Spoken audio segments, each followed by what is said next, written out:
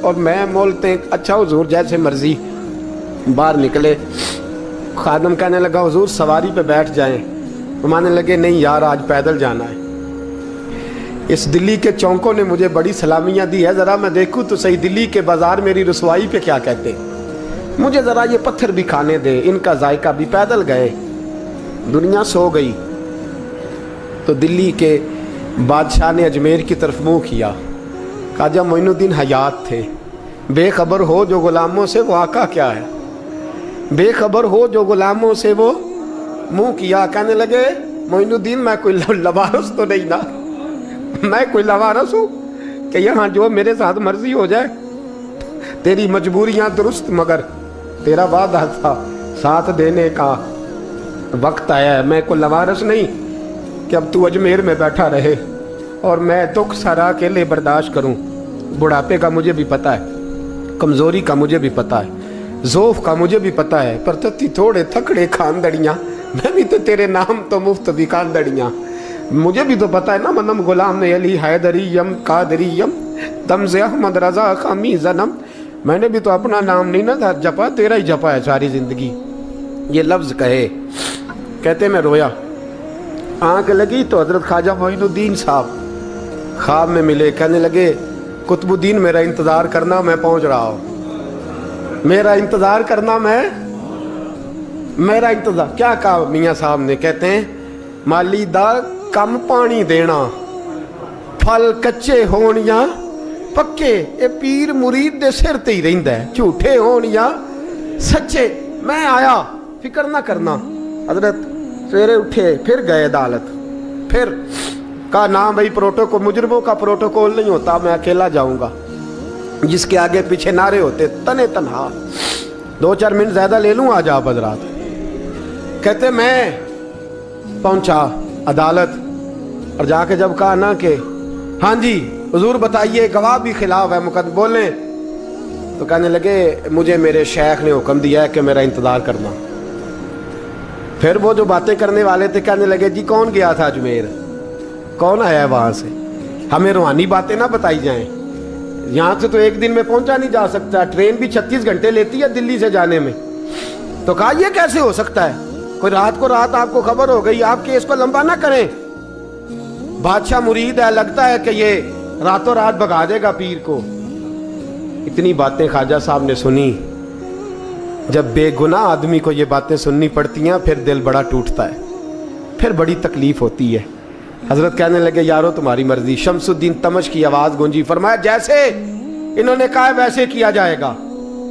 3 دن کے لیے عدالت برخاست کر دی جاتی ہے. چیم گوئیاں ہونے لگی, پھبتیاں کسی جانے لگی. تیسرے دن شام کا وعدہ تھا, چوتھے دن عدالت جانا تھا. قطب الدین بختیار کاکی کے پاس لوگ آ کے افسوس کرتے تو آپ بولتے نہیں. یہاں تو لوگ صفائیاں دیتے بولتے نہیں. فرماتے یار میں گڈی تے ہاتھ ڈور سجن دے, وہ جینج رکھے, میں اونج ہی رہنا ہے, جیسے اس کی مرضی ویسے. جیڑیاں گڈیاں آپ پہ اڈیاں ہو نہ چڑھن اونچائیاں, وہی گڈیاں اونچیاں اڈیاں جڑیاں سائیاں آپ چڑھائیاں. فرمایا ٹھیک ہے جیسے وہ رکھے, میں راضی ہوں. اللہ اکبر. تیسرے دن کی مغرب کا وعدہ تھا. جب مغرب کا سورج ڈوب گیا نا, بڑے قافلے اجمیر سے آئے پر معین الدین نہ آیا. وعدہ کیا تھا یار نے آؤں گا دن ڈھلے. وہ خواجہ غلام فرید صاحب رحمۃ اللہ تعالیٰ علیہ فرمایا کرتے تھے نا, کوا کھانے لگا آنکھیں تو کہنے لگے کاغا اے تن سارا ہی کھائیو, میرا چن چن کھائیو ماس, میرے 2 نین نہ کھائیو, مینو پیا ملن دی آس. نے کہا سارا کھا جا, آنکھیں چھوڑ دے. اس نے کہا تھا میں آؤں گا, انتظار لمبا ہو گیا ہے پر میری امید تو نہیں نہ ٹوٹی. مغرب کی اذان ہوئی تو لوگ کہنے لگے لو جی اب بس ہو گئی. خواجہ قطب الدین صاحب نے اللہ اکبر کہہ کے مغرب کی جماعت جب میدان میں کھڑی کی تو اپنی بھی چیخ نکل گئی, آئی نہیں. لیکن جب نماز کا سلام پھیرا تو خواجہ معین الدین صاحب کی 2 رکعتیں ابھی باقی تھیں. خواجہ صاحب پیچھے نماز پڑھ رہے ہیں, سلام پھیرا اور نماز کے بعد جب اٹھے نا تو خواجہ صاحب کے سینے کے سینہ لگا. تو کہا حضرت جی میں شہزادہ تھا, آپ نے کہا تھا خشک روٹی کھانا تو میں نے خشک کی کھائی ہے, آپ نے کہا تھا فاقے کرنا تو میں نے کیے ہیں, آپ نے کہا وطن واپس نہیں جانا تو میں نہیں گیا.